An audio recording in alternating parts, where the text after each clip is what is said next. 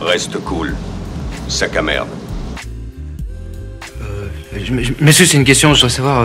Oui. Sac à merde, c'est une insulte? Je sais pas, je pose la question comme ça, c'est une insulte sac à... Non. Salut tout le monde et bienvenue sur l'écran fou, et aujourd'hui parlons d'une nouvelle adaptation live de chez Mickey, mais pas Blanche-Neige cette fois, parce que bon, je pense que vous êtes déjà bien au fait de la situation, même si entre temps il y a quand même eu deux trois petites choses qui sont venues compléter tout ça, notamment venant de Rachel Ziegler. Mais non, ce sera pas sur ça, et même si d'ici peu, j'imagine que de toute façon Bambi trouvera aussi le moyen de faire parler de lui quand justement ce sera un petit peu son heure, notamment quand ils envisageront de nous coller un chevreau à la place du fan. Et puis je pense qu'avec Lilo et Stitch, Mufasa, Réponse ou encore La Princesse et la Guernouille, ou même voir Vaiana, donc tout ça, ça suivra bien sûr. Donc non, là il s'agira de Hercule, qui sera tiré du dessin animé de 1997 de Disney justement, et qui pourtant n'est pas non plus l'œuvre de chez Mickey la plus cotée quoi, bien au contraire, même si bon, il y avait une certaine originalité dans le truc. Mais d'ailleurs, alors petite parenthèse, vous avez pu constater justement la liste des adaptations à venir, donc bon, on est quand même aux alentours de 7 films, ça en devient d'autant plus étonnant que Bob Iger avait annoncé vouloir justement un petit peu privilégier la qualité à la quantité, la blague, et en plus en réduisant drastiquement les coûts de production. Donc le mec, rien que dans son plan sur les adaptations live, il est mais vraiment dans la contradiction absolue, tu sais quoi. Bref, revenons à Hercule. Alors pourquoi venir justement en parler? Eh bien parce que le casting semblerait se concrétiser avec l'arrivée d'un nouveau nom, puisque dans un premier temps on apprenait que Taron Egerton serait pressenti pour jouer Hercule. Et alors bon, moi j'adore Taron Egerton, le problème c'est que généralement ce mec fait des choix plutôt bons en matière de film, et que là pour moi c'est pas un bon calcul quoi.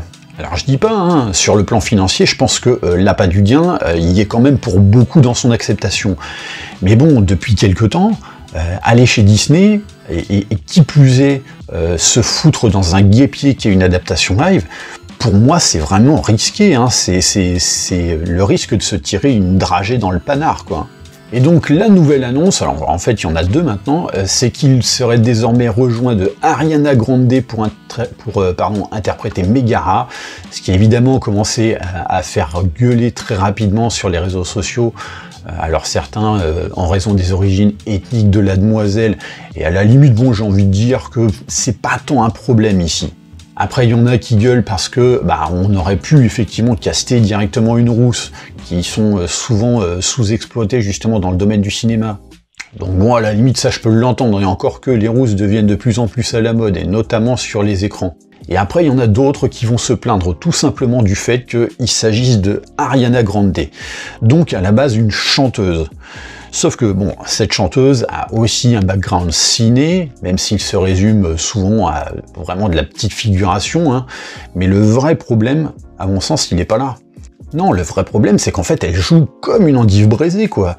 Et bon, alors, on va coller effectivement une chanteuse au talent bidon dans un film, ce qui va forcément de pair avec actuellement ce qui est dit, c'est-à-dire le fait qu'on colle partout Rachel Ziegler, qui au départ était une influenceuse pseudo-chanteuse et qui au final a prouvé que son talent, sans la direction d'acteur pointueuse par exemple d'un mec comme Steven Spielberg dans West Side Story, s'il n'y a pas ça, en fait, son talent il est finalement hautement discutable quoi.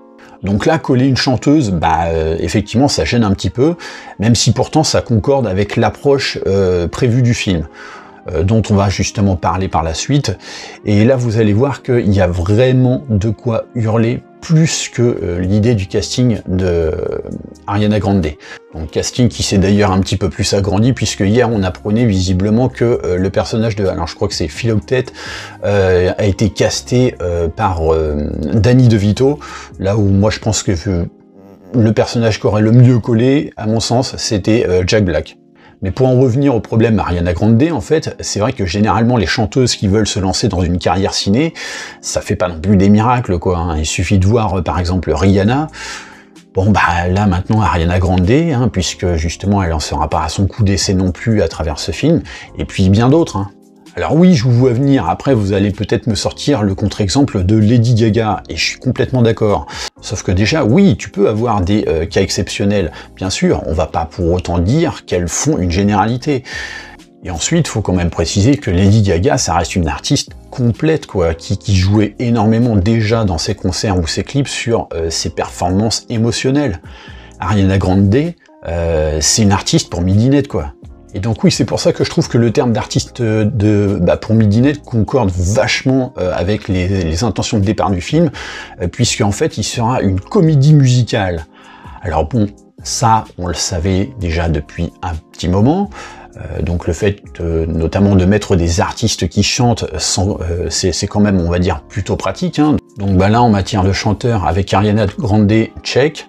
Pour Taron Egerton, étant donné qu'il chantait lui-même dans Rocketman, check aussi.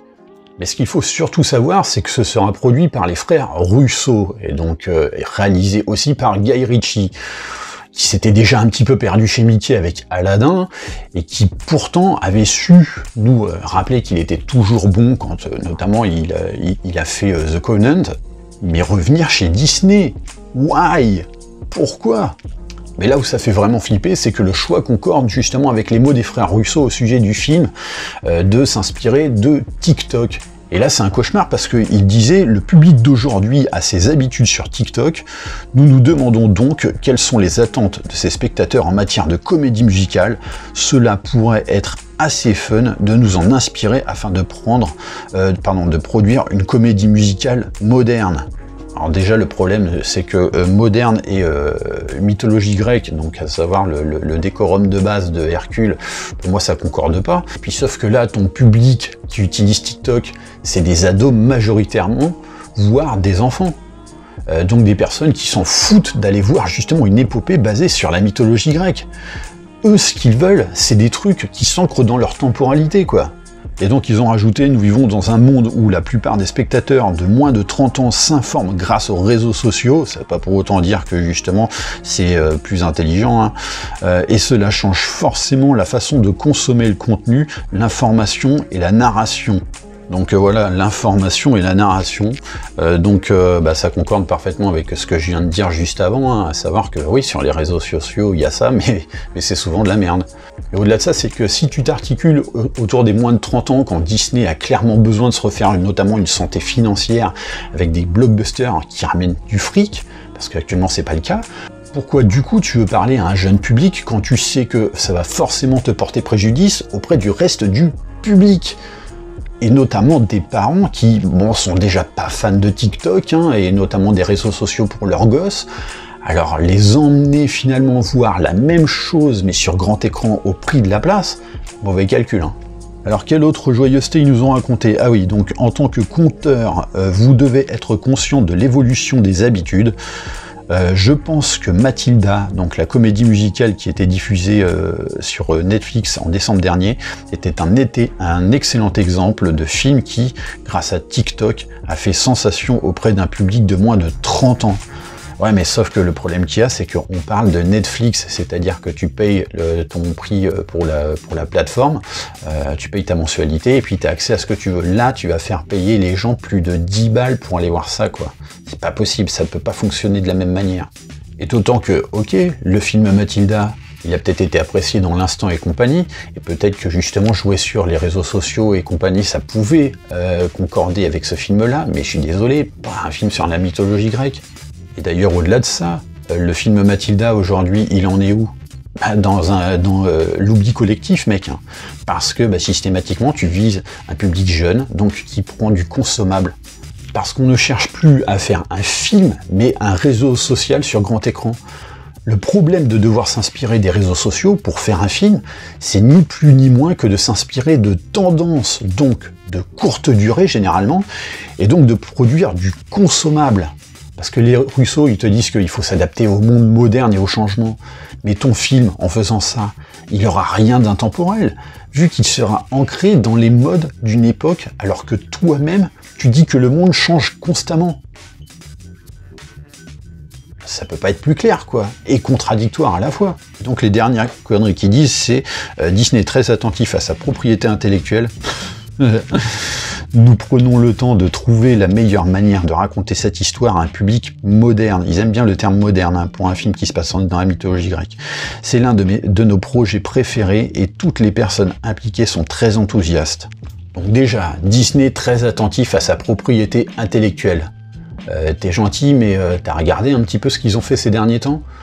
Notamment quand on voit ce qu'ils sont en train notamment de faire avec ce qui se profile très prochainement, rien que par Blanche-Neige, le terme d'intellectuel est déjà de trop dans ton propos, Frangin Russo, là. Hein.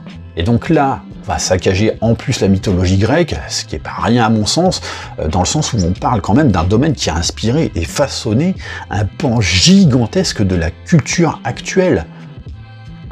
Et donc qui sera prochainement réduite à une tendance TikTok. Voilà comment Disney compte faire honneur à ça, quoi. Et c'est là tout le problème des adaptations live de Disney, c'est qu'en fait, elles reprennent des classiques pour en faire des œuvres entre guillemets événementielles, mais à l'instant T. Et puis après, ça s'évapore dans la masse, quoi, parce qu'elles n'ont rien de cinématographique et qu'elles ternissent tellement le nom de l'œuvre d'origine que finalement, on préférera effectivement l'animer, quoi.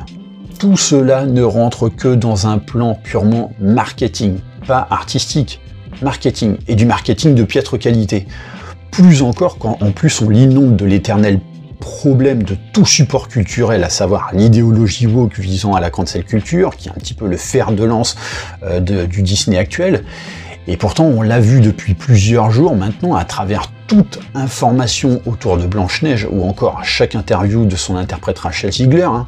L'idéologie woke est dans chacun de ses mots, et elle en devient l'une des actrices la plus détestée d'Hollywood à l'heure actuelle.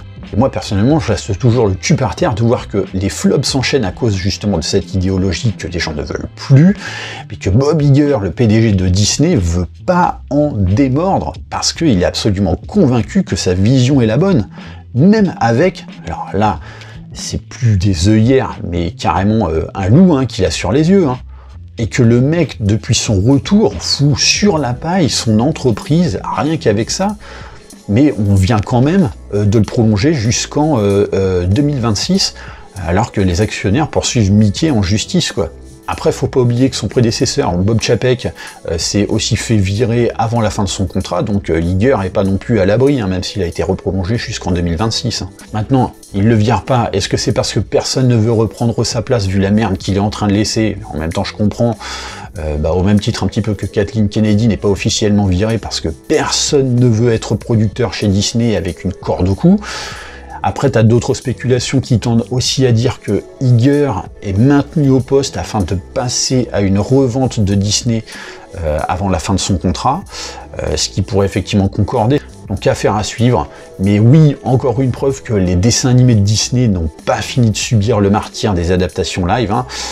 Mais bon, ça fait parler, et donc c'est déjà ça, quoi. Voilà, j'en ai terminé avec cette vidéo. N'hésitez pas à me dire ce que vous pensez de toute cette situation. Pensez à liker et partager la vidéo.